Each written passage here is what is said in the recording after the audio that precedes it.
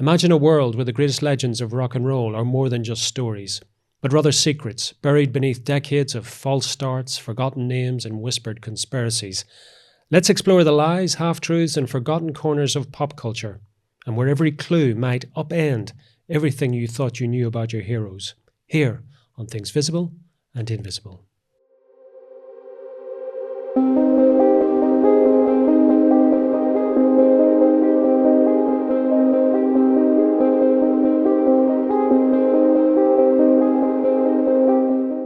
The last time we spoke, we talked about a seminal year in rock music, 1969, and the case of the Masked Marauders, which if anybody wants to find out more, are going to have to read your book, but it was fascinating. We're going to stay in 1969, and we're moving to probably one of the darkest episodes of 1969, certainly in terms of pop culture, and that is the Manson murders, which have been well documented and well spoken about. But you have a particularly interesting and perhaps fresh angle on who Charles Manson was and his involvement with a then supergroup. Right. I wanted to look to see if there was some sort of interesting musical angle. And I found that the Beach Boys, who were a very popular group at that time from America,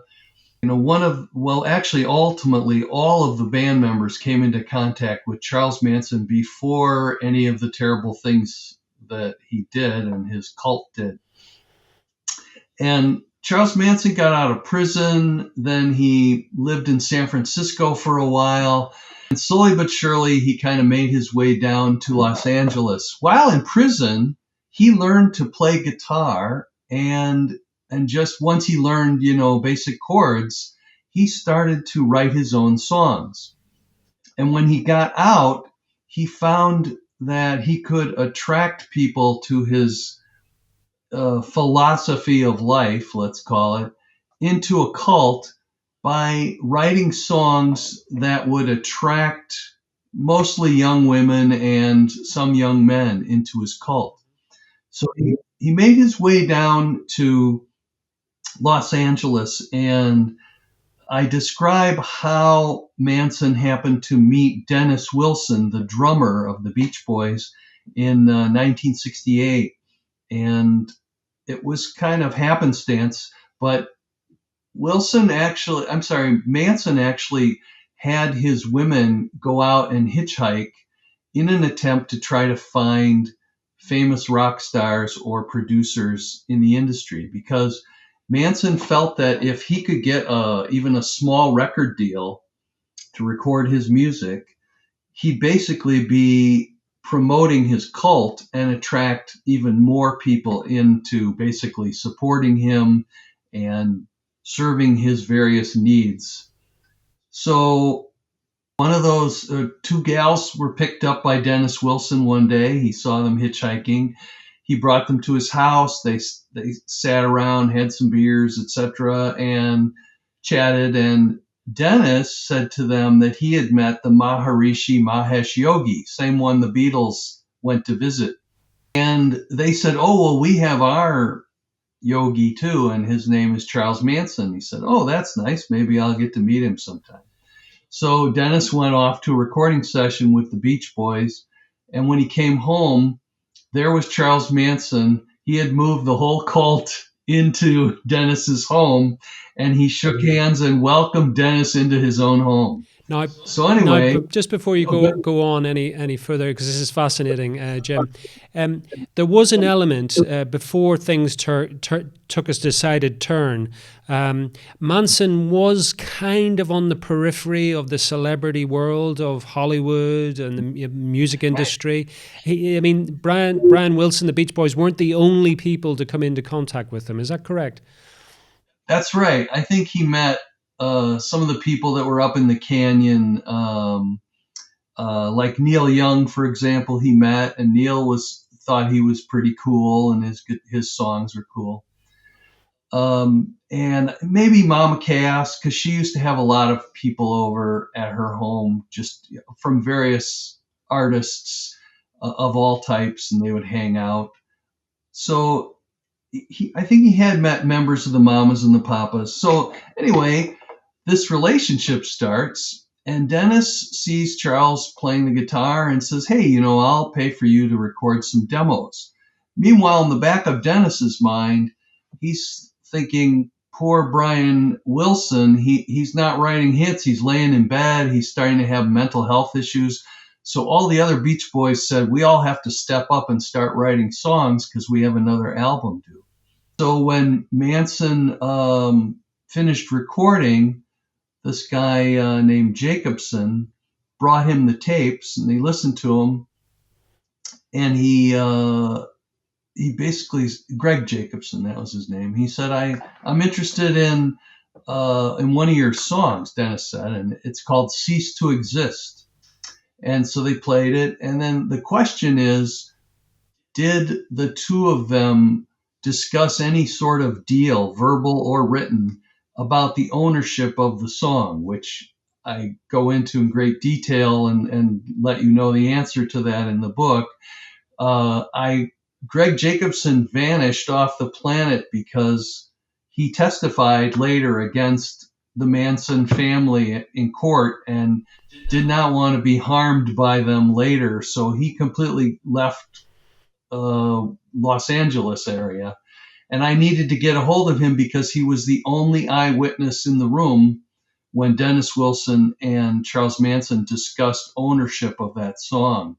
And the other two obviously are dead, Manson and Wilson. So I called a friend because I found that there was one mention of Greg Wilson on like page 24 of Google results that said he had worked with Taylor Hawkins of the Foo Fighters. I called Butch Vig, who had produced the Foo Fighters. He put me in touch with Taylor. Taylor gave me Greg's phone number. So Greg is alive and well somewhere, but I can't reveal where. And so my question was, legally and factually, was there a deal to allow Dennis Wilson and the Beach Boys to record this song, or did they just basically steal it because they had power and money and fame and could do that? And also, did the perceived theft of the song, which Manson considered it a theft, did that lead him towards murder? That's another question I delve into because I think that's very important as well. And I ended up basically solving this very chilling mystery with a lot of detailed investigation of people, documents, etc. And in fact, consulted with a federal district court judge who's an expert on copyright law, because interestingly, the law that applied to that song in that time, 1969, the law that applied was like only a 3-page law that had been written in the early 1900s in America. The new copyright law had not taken place yet. That's interesting. So that made it even harder because old law tends to be shorter and not think about future circumstances or go into enough detail. So that involves then a court interpretation of what the law is. Now, I'm not going to ask you to, again, solve that mystery live on air. People are going to have to go and read your book, Jim. But I suppose at the back of my mind, though, is the way that events progressed after that. Wilson had his mental health issues, as you say, and the whole Beach Boys began to unravel in a sense. And Manson ended up, the murder spree and prison. I'm wondering, really, is it a moot point? I mean, nobody was going to sue anybody because it was no longer an issue, in a sense. Is it a moot point that finding out whether or not this was a stolen song? I think the only interest, it's moot in terms of a lawsuit. Manson could have, I suppose, hired a lawyer on the outside of prison to sue them if he wanted to. But I think it matters in terms of the reputation of the Beach Boys. And that continues today. They're still, an entity, at least on record. And, there's a few of them left. But I think it matters to their reputation. That was one of the reasons why I found it interesting, because prior to the book, everyone had online had basically made up their mind. And I found that when the internet makes up its mind, it's not always based on facts or details or investigation or eyewitness accounts. And in this case, even knowing all the facts from talking to Greg Jacobson, federal district court judge still had to take those facts, apply them to the law that was basically missing the information that the current law nowadays has, and has to come up with a just verification and solution, an answer to the case. So I found, and I put it all in very easy to understand wording. I'm a former trial lawyer, but I don't think that the people who read rock and roll books are. So I put it in very easy to understand layman language, and I think people will find the answer interesting and how that affects the reputation of the Beach Boys. Well, they may not be legally trained, but there is a great interest, Jim, increasingly in kind of, how can I put it, this sort of song archaeology, if you know what I mean. Because in the last decade or two, I've been rather shocked at great lists of certain bands and certain songs which may have had a life before they became famous. You know, they may have been stolen, or enough of it was stolen and reworked into something. It's a fascinating area, this business of music. You know, where does it begin? Where does it end? Who's influencing who? What is pure steel and what is just something which is in your background? I mean, in all your sort of researches in the rock and roll world, where do you, and also with your background in law, where do you sort of stand on that? I mean, do you think that this is something which is really kind of impossible ever to draw a very clear line between inspiration and theft? It is very difficult because, you know, the courts will look at chord structures of two songs that are in dispute. They'll look at the lyrics and changes. There's so many, you know, John Lennon had an issue with the song Come Together. George Harrison had an issue with My Sweet Lord being too similar to He's So Fine. And on that one, the judge, I would say, wrongly ruled that George had infringed on that copyright, because he stated his reason as that George did it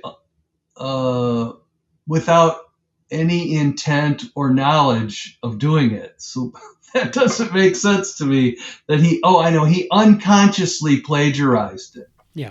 And I don't know that I agree with that. Plus, there were other factors in that. But it is a fascinating question, especially now with AI coming in.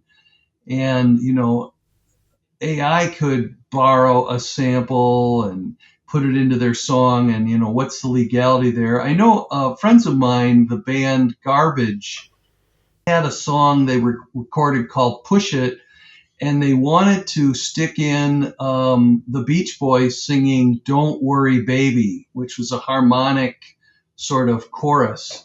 And so they merely called up Brian Wilson and said, here's what we would like to do with your permission. And, you know, here's, you know, the lawyers will draw it up so you get a portion of the royalties. And it was all done properly. And now you have this interesting song by a 90s, 2000 band, but it's using a 60s Beach Boys link in there, it fits perfectly and it sounds great and fits the lyrics and everything. So there is a proper way to do things like that. Just like authors, you know, we have to license photographs. We can't just right-click them off the internet and put them in our books. No, absolutely. So, but there's no black and white line, I'm afraid. No, but it's a subject, I think, which is of greater interest to the music listening public than many would have imagined. I don't know why. It's sort of, it's almost like looking below the surface and seeing, the creative process, which is the great mystery. I mean, even in recent years, we've had obviously Led Zeppelin were in court over Stairway to Heaven, and that went on for years. But even songs like Paul McCartney's Yesterday, for example, there's been debates about, did he or didn't he, and even though his own recollection of how that song came to be is very, very vague in a sense. So I think this one's going to run and run. Brian Wilson, you better just let people know, because there will be people in the audience, Jim, who won't know who Brian Wilson is or even who Manson was. So you might want to just sort of, after their moment of did they collaborate, did they not, do you just want to tidy up what happened, what happened next in their lives and how they went in very separate directions?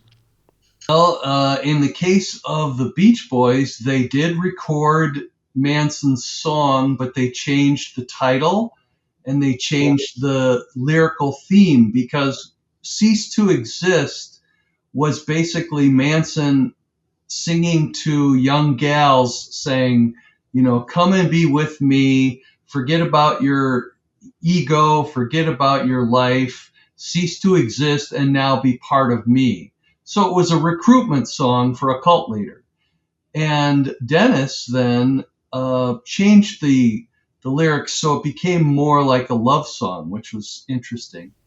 So after this event, Manson became very angry after the song came out. He didn't see his name in the lyrics. He didn't get paid anything, and he was taking a lot of LSD, way too much, and he started to have these ideas that there was a coming race war, that between the black people in America and the white people, and he felt that the blacks would win the race war, and he wanted to be their leader, even though ironically he's white. So anyway, he felt that this coming revolution was not happening quickly enough, and under all these drugs and things, he decided to actually start the race war by having his people murder innocent people and then leave clues behind in order to create the impression that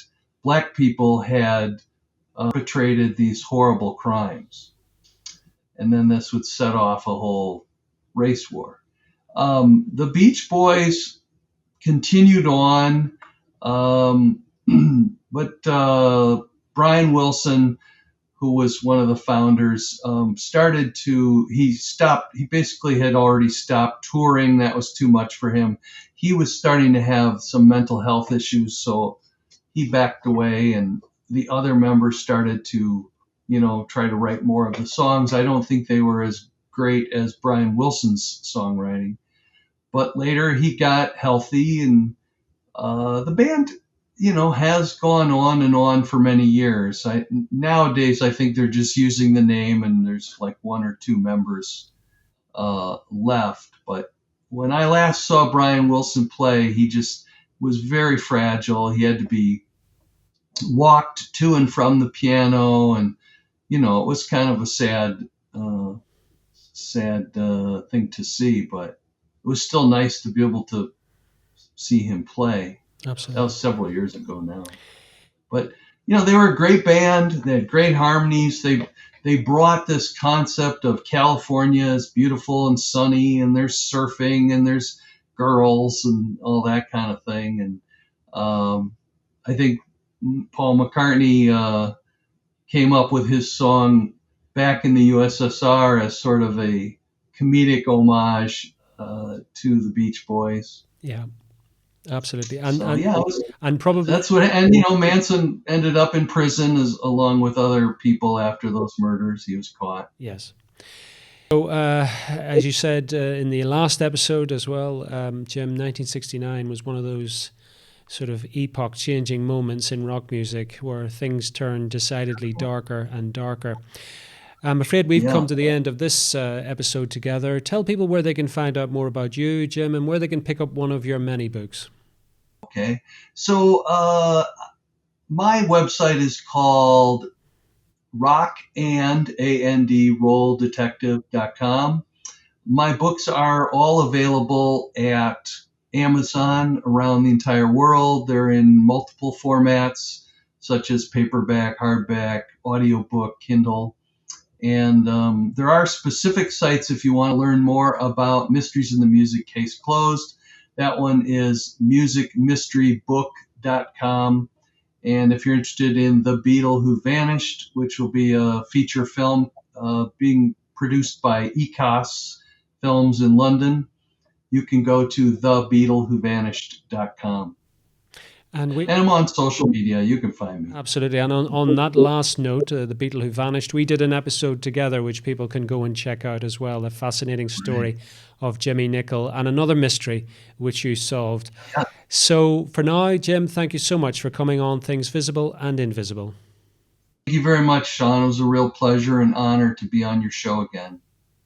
Thank you for joining us on another episode of Things Visible and Invisible. We're dedicated to uncovering phenomena that challenge our understanding of reality, from ancient enigmas and paranormal encounters to scientific anomalies and forgotten histories. If you enjoyed this journey into the mysterious and unexplained, please consider subscribing to our channel and hitting the notification bell to stay updated on future explorations. Have a personal experience or story that aligns with our investigations? We'd love to hear from you. Visit our website at tvi.show and reach out through our contact form. While we can't feature every submission, we review them all, and your story might be featured in an upcoming episode. To support our continued investigations, please consider becoming a Patreon supporter or channel member. Your contributions make these explorations possible and give you access to exclusive content, early releases, and monthly behind-the-scenes discussions with our team. Don't forget to check out our merch store. We've got everything from TVI-branded t-shirts and hoodies to stickers and coffee mugs, perfect for showing your support while keeping the mysteries close. Thank you for watching, and we'll see you next time as we continue to explore the things visible and invisible.